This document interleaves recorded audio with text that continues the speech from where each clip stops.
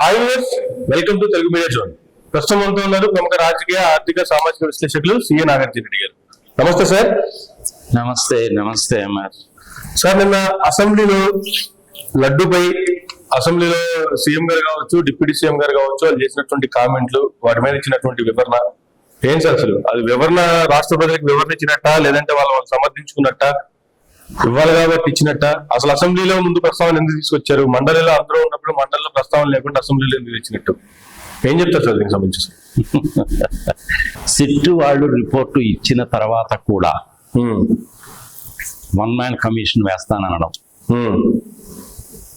ఎమ్మెల్సీల సభలో అవకాశం ఇవ్వకపోవడం, ఎందుకంటే అక్కడ వైసీపీ వాళ్ళు ఎక్కువ ఉన్నారు కాబట్టి. ఇక్కడికి వచ్చేసరికి ఏమో వీళ్ళు 165 మంది ఉన్నారు కాబట్టి ఇక్కడ దాని గురించి చాలా డీటెయిల్ గా వివరంగా చెప్పాము అని చెప్పి వాళ్ళు అనుకుంటున్నారు. అంతే. ఎంత చెప్పినా ఏమి చెప్పినా ఏమీ ప్రయోజనం లేదు. కారణం ఏంటంటే ప్రజల్లోకి వెళ్ళిపోయింది. పెట్టుకోక ఆ శ్రీనివాసుడితోటే పెట్టుకున్నాడు చంద్రబాబు నాయుడు గారు. దైవ ద్రోహం. నార్మల్ గా ఏమంటారంటే దేశద్రోహి అంటారు. ఈ పర్టికులర్ విషయంలో చంద్రబాబు నాయుడు గారు దైవ ద్రోహి అయిపోయాడు. 2003 సంవత్సరంలో నన్ను ఆ భగవంతుడే రక్షించాడు అని చెప్తాడు ఆయన. మనం ఇంతకుముందు కూడా వీడియోలో చెప్పుకున్నాం కదా, ఒక చిన్న జలకిచ్చి వదిలేశాడు, కొంచెం ఒళ్ళు దగ్గర పెట్టుకుని జాగ్రత్తగా ఉండు అని చెప్పి జలకిచ్చి వదిలేశాడు. ఎందుకు వదిలేశాడు? ఎప్పుడైనా ఇలాంటి పాప కార్యాలు, దరిద్ర కార్యాలు నువ్వు ఇంకా చాలా చేయాల్సినవి ఉన్నాయి, నీ పాపం పండాలి, నువ్వు ఇలాగే చేస్తూ ఉండు ఒక చిన్న ఇండికేషన్ ఇచ్చి వదిలేశాడు. 2003, 2024 అంటే ఇంచుమించుగా 21 సంవత్సరాల తర్వాత పాపం పండింది అనమాట. అదే మనం ఇంతకుముందు కూడా దాని మీద వీడియో చేస్తాం. అయినా కానీ దీని గురించి ఇంత చేటు డిస్కస్ చేయడం ఏంటి నాకు అర్థం కాదు. సిట్ రిపోర్ట్ వచ్చిన తర్వాత కూడా దాన్ని ఇంకా లాగాలని చెప్పి ప్రయత్నించడం ఏంది? ఇంకా అంతకంటే మూర్ఖత్వము, తెలివి తక్కువతనము ఏది ఉండదు. చంద్రబాబు నాయుడు గారి సంగతి దేశంలో అందరికీ తెలుసు. అమిత్ షాకి తెలుసు, మోడీకి తెలుసు, నితీష్ కుమార్కి తెలుసు, స్టాలిన్ కి తెలుసు, మమతా బెనర్జీకి అందరికీ తెలుసు. వీళ్ళందరితో కూడా ఆయన ఎక్స్పీరియన్స్ అయ్యి జంపు జిలానీ, ఆయారాం గయారాం, ఎప్పుడు ఎవరితో ఉంటాడో తెలియదు, ఏం మాట్లాడతాడో తెలియదు, అన్ని ఇలాగే చేస్తూ ఉంటాడు ఆయన. అక్కడ దాకా ఎందుకు అసలు నీకు అసలు ఆయన జీవిత చరిత్ర ఏంది అని కనుక చూస్తే ప్రజలకు కూడా తెలియాలి కాబట్టి 1978లో రాజకీయ ప్రవేశం. అప్పుడు ఆయన తిరుపతికి దగ్గరగా ఉండేటువంటి ఊరు పేరేంటది సడన్ గా మర్చిపోయాను నేను. చంద్రగిరి నుంచి పోటీ చేశాడు. కాంగ్రెస్ తరఫున గెలిచాడు. అప్పుడు ఇందిరాగాంధీ గారు పవర్ లో లేరు.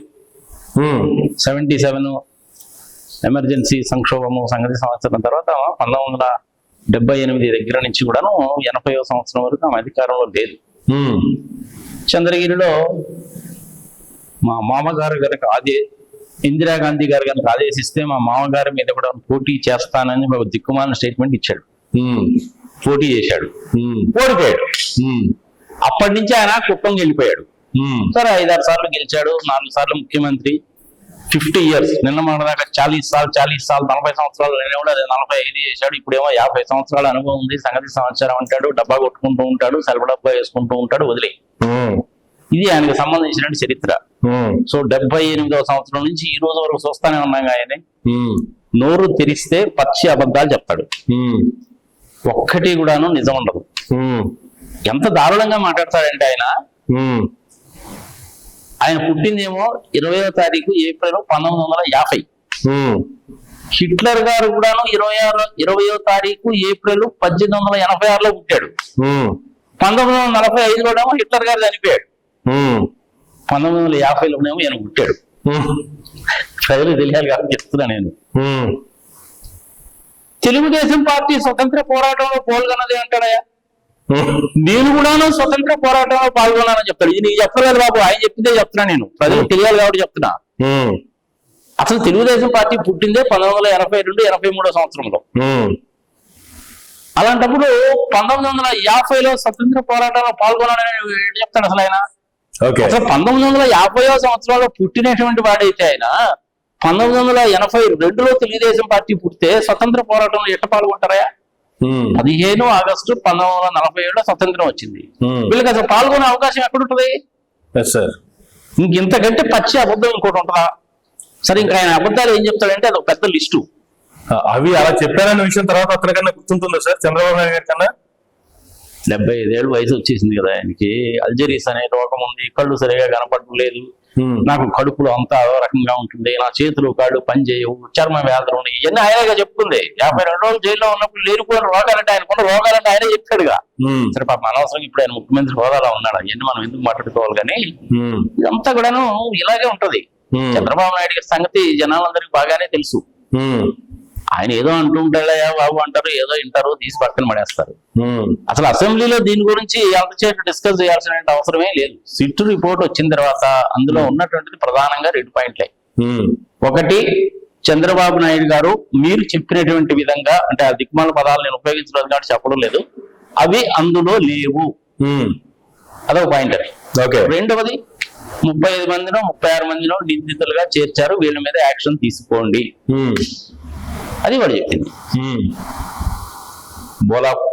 బోలే బాబా డైరీని గురించి చెప్పారు, వైష్ణవి డైరీని గురించి చెప్పారు, వైష్ణవి డైరీ దగ్గర ఉన్నటువంటి కంకర మిషన్ గురించి చెప్పారు, మైన్ గురించి చెప్పారు,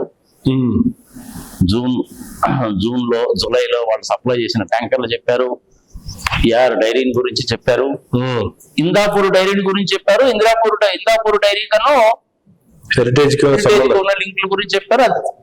దాని గురించి వేరే ఇంకొక వీడియో చేసుకో కావాలంటే. దాని గురించి కూడా అసెంబ్లీలో ప్రస్తావించారు. రాను పోను జరిగింది ఏమిటి అనేసి అంటే అపవిత్రత. ఫైనల్ చేశారని చెప్తారా, చేయాల్సి వచ్చిందని చెప్తారా, చేశారు అని చెప్తారా, ఏం చెప్తారా? ఏం లేదు, ఓన్లీ ఎక్స్ప్లెనేషన్. నోటుకొచ్చిన అర్థమైన వాడు వాగేసి దాన్ని కప్పిపుచ్చుకోవడానికి కుప్పి గొంతులేస్తున్నారు అన్నమాట. ఈ విషయం అనేటువంటిది మోడీ దగ్గరికి, అమిత్ షా దగ్గరికి కూడా పోయింది, గట్టిగానే క్లాసిఫై అయ్యారు ముగ్గురికి కూడా. చంద్రబాబు నాయుడు గారు పవర్ పాయింట్ ప్రెజెంటేషన్ ఇచ్చినప్పుడు ఏం చెప్తున్నారని చెప్పి నేను కూడా చాలా జాగ్రత్తగా విన్నాను సార్. ఆయన చెప్పిన విధానం ఎలా ఉంది అంటే, వీళ్ళు ఒక స్టోరీ రాసుకుని, ఇప్పుడు జనరల్ గా ఒక డైరెక్టర్ ఒక హీరో దగ్గరికి వెళ్ళి స్టోరీ అరేంజ్ చేస్తారు కదా, అలా వీళ్ళు ఒక స్క్రిప్ట్ రాసుకొని ఆ స్క్రిప్ట్ నుంచి వచ్చి అక్కడ ప్రజెంట్ చేసినట్టుగా అనిపించింది, కానీ వాస్తవాలు ఇవి అని చెప్పినట్టుగా అనిపించలేదు. దీంట్లో మీరు గమనించలేదు? ఇవన్నీ వదిలేయబ్బా, ఏదో ఇట్లాంటి అన్ని చాలా చెప్తుంటారు, కానీ 1978 నుంచి ఇప్పటి వరకు జరిగిన సంగతి సమాచారం అని చెప్పాను కదా. నోరు తెరిస్తే అబద్ధాలు తప్ప ఇంకా ఏమీ ఉండవు, ఎదుటివాడి మీద బురద తల్లడం తప్ప ఇంకా ఏమీ ఉండదు. ఆయన మాట్లాడే మాటకి ఒక డాక్యుమెంట్ గానీ ఒక జీవో గానీ ఉండదు. అన్ని కూడా ఇలాంటివే చెప్తుంటారు. దీని ద్వారా నేను ఏం చెప్పదలుచుకున్నానంటే, 7 కొండల మీద సర్వాధికారాలు ఆ శ్రీనివాసుడికే ఉన్నాయి, 332 చదరపు కిలోమీటర్లు. GO number 746, 747, it is very clear. దాని గురించి అసలు ఎటువంటి డిస్ప్యూట్ లేదు. ఈ తిరుపతికి సంబంధించిన వ్యవహారం 1874 సంవత్సరం నుంచి జరుగుతూనే ఉంది. ప్రజలకు కూడా తెలియాలి కాబట్టి 1821 సంవత్సరంలో బ్రిటిష్ పరిపాలనలో ఉన్నప్పుడు ఈ తిరుపతికి సంబంధించినటువంటి వ్యవహారంలో ఏమి చేస్తే బాగుంటుంది అన్నటువంటిది 1821లో బ్రూస్ గారు, అప్పుడు చిత్తూరు డిస్ట్రిక్ట్ కి కలెక్టర్ గా ఉన్నట్టు ఆయన 42 సూత్రాలను నిర్దేశించి అవి టిటిడి వాళ్ళకి ఇచ్చారు. ఆగమ శాస్త్రము ప్లస్ ఇది రెండు కూడా కలిపి ఫాలో అవుతుంటారు ఇప్పటికి కూడా. 1715 సంవత్సరం నుంచి కూడా లడ్డు వ్యవహారం ఉంది. ఆ లడ్డు మీద వచ్చేటువంటి ఇన్కమ్ ఏం చేసేవాడంటే, మీరు కొంత ఇన్కమ్ ఉంచుకోండి, మిగిలినటువంటిది మాకు ఇవ్వండి అని చెప్పి వీళ్ళు తీసుకున్నారు. బ్రిటిష్ వాళ్ళ సంగతి మనకు తెలియదే ఉంది, ఏ విషయంలో అయినా సరే నాకెంత అనే బాపత కదా, అంతే కదా. సో అట్లా లడ్డు అమ్మకంలో కూడా వాళ్ళు తీసుకునేవాళ్ళు, వచ్చినటువంటి ఆదాయంలోనూ తీసుకునేవాళ్ళు. ఇదంతా మా అడ్మినిస్ట్రేటివ్ ఎక్స్పెన్సెస్ కింద అని చెప్పి చెప్పుకునేవాడు అనమాట. సో ఇది దీనికి సంబంధించిన హిస్టరీ.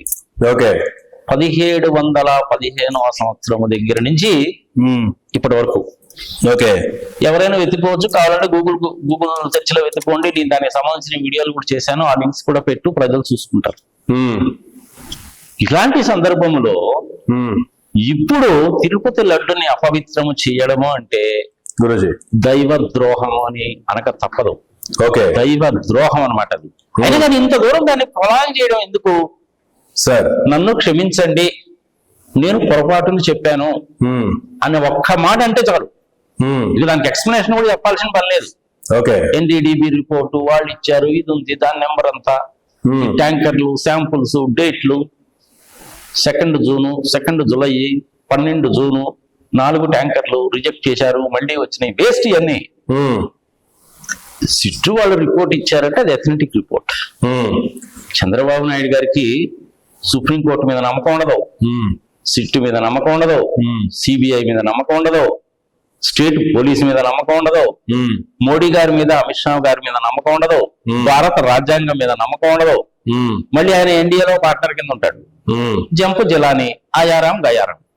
ఇంకా ఎవరిని నమ్మాలి? నీ చెప్పిందే కరెక్ట్, నేను చెప్పిందే నమ్మండి ఏంటి? ఎట్ట నమ్ముతారు నిన్ను? 2018వ సంవత్సరంలో అమరావతిలో ఒలింపిక్ గేమ్స్ పెడతా, పెద్ద జోకు. గెలిచిన వాళ్ళకి నోబెల్ ప్రైజులు ఇస్తా, అది ఇంకా పెద్ద జోకు. ఇట్లాంటివన్నీ కొన్ని వందలు చెప్పుకుంటాడు ఆయన. ఓకే. దీని గురించి అసెంబ్లీలో అంతచేటు ప్రస్తావన చేయాల్సిన పనే ఉంది, అవసరమే లేదు. ఫైనల్ గా రాను పోను చెప్పాల్సింది ఏందా బాబు అంటే, అసెంబ్లీలో టైం దండగ తప్ప ఇంకేమీ లేదు. వీళ్ళు ఎంత ప్రయత్నించినా, ఏమి చేసినా, మన ఆంధ్రప్రదేశ్ లో ఉన్న 4 దిక్కుమాలిన ఛానల్స్ ఏమి చెప్పినా ప్రజలు నమ్మేటువంటి పరిస్థితిలో లేరు. ఇక ఈ విషయానికి ఇంతటితోటి ఫుల్ స్టాప్ పెడితే బతికి బట్ట కడతారు, లేకపోతే సర్వనాశనం అయిపోతారు. 332 చదరపు కిలోమీటర్లు, 7 కొండలు, అది ఆ శ్రీవారి. లడ్డూ మీద పేటెంట్ రైట్ కూడా ఉంది. ఇంకేం కావాలి అంతకంటే? అని ఇవన్నీ కూడా మర్చిపోండి. ఆ భగవంతుడి మీద భారం వేసి చక్కగా ప్రసాదం తినండి, తీర్థం తీసుకోండి, దర్శనానికి వెళ్ళండి. తిరుమలలో రోజుకి ఇంచుమించుగా 1,15,000 మంది దాకా ప్రతి ఒక్క భక్తుడు 5 సెకండ్ల పాటు చూడడానికి ఏం చేయాలనేటువంటిది ఒక వీడియో చేశాం. ఆ లింక్ కూడా నువ్వు దీనికి పెట్టండి, ప్రజలు తెలుసుకుంటారు. దైవ ద్రోహమో అంతే. చంద్రబాబు నాయుడు గారికి అన్ని విషయాలు తెలుసు, ఇదేదో దాన్ని అనవసరంగా లాగడం తప్ప ఇంకేం లేదు. లాగిన దగ్గర నుంచి ఏమవుతుంది? వ్యవహారం ఇంకా బయటపడుతుంది. ఓకే. క్షమించండి అని ఒక మాట అంటే పోయేది. అప్పుడు ఇందాపూర్ హెరిటేజ్ షేర్లు 600 రూపాయలు 300 రూపాయలకు పోయినాయి, ఇవన్నీ వచ్చాయి కాదుగా. కూడాను పనికి మారిన చర్చలు అన్నమాట. ఒకటే ఒక మాట, ఎక్స్ప్లెనేషన్ కూడా అక్కర్లేదు, మళ్ళీ చెప్తున్నాను నేను, క్షమించండి, లేకపోతే స్వామి నన్ను క్షమించు, అయిపోయింది.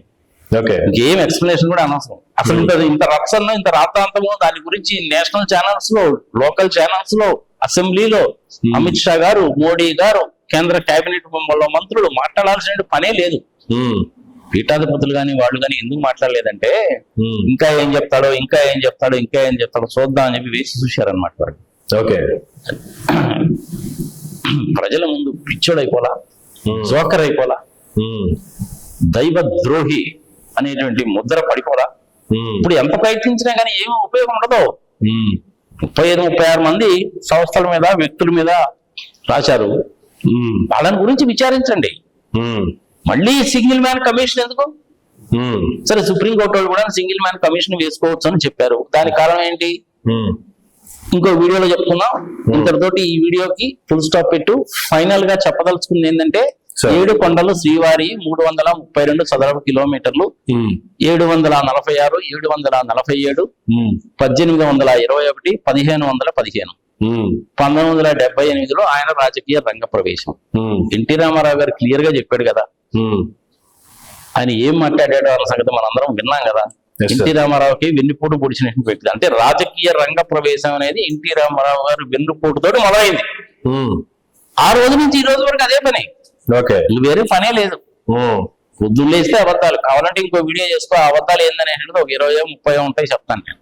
Sir right sir, thank you sir, thank you very much అండి. రైట్.